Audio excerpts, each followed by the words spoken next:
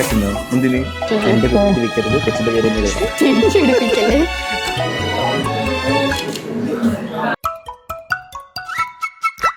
കണ്ണിലെ പൊയ്കയില് ഞങ്ങള് college friends ആണ്.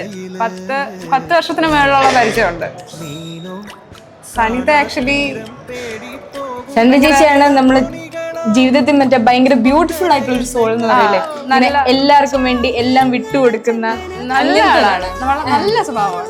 അങ്ങനെ ആരെയും ഹേർട്ട് ചെയ്യണമെന്നൊന്നും താല്പര്യമുള്ള ഒരാളല്ല. ആരെയും അവള് ഹേർട്ട് ചെയ്യാറില്ല.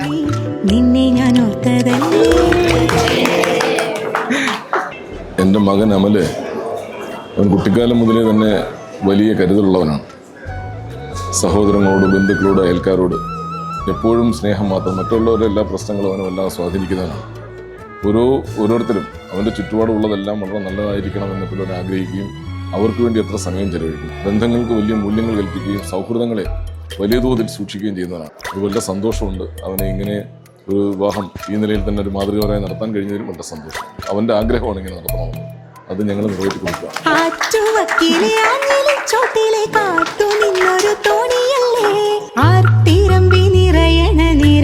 അവള് ഇതിനു മുന്നേ ആരടുത്തും ഇത്രയും അവള് അറ്റാച്ച് ആയിട്ടില്ല. മറ്റേ സന്ദേശം മറ്റേ സിഗ്മയൊക്കെ കളിച്ചു കിടന്നിട്ട് മറ്റേ ഞാൻ കെട്ടുന്നില്ല എന്ന് പറഞ്ഞിട്ട് ഒരു ദിവസം വിളിച്ച് പറയാണ്.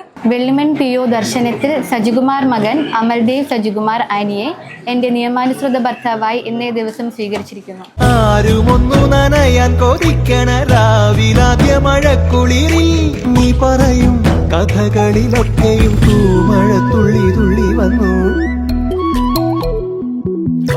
കണ്ണിലെ പൊയ്കയില് കുഞ്ഞലമാലയില്. സാബു ജോസഫ് സ്റ്റാൻലി മകൾ സനിത ബാബുവിനെ എൻ്റെ നിയമാനുസൃത ഭാര്യയായി ഇന്നേ ദിവസം സ്വീകരിച്ചു. തോണികളോ പൊന്നര എന്നങ്ങളോ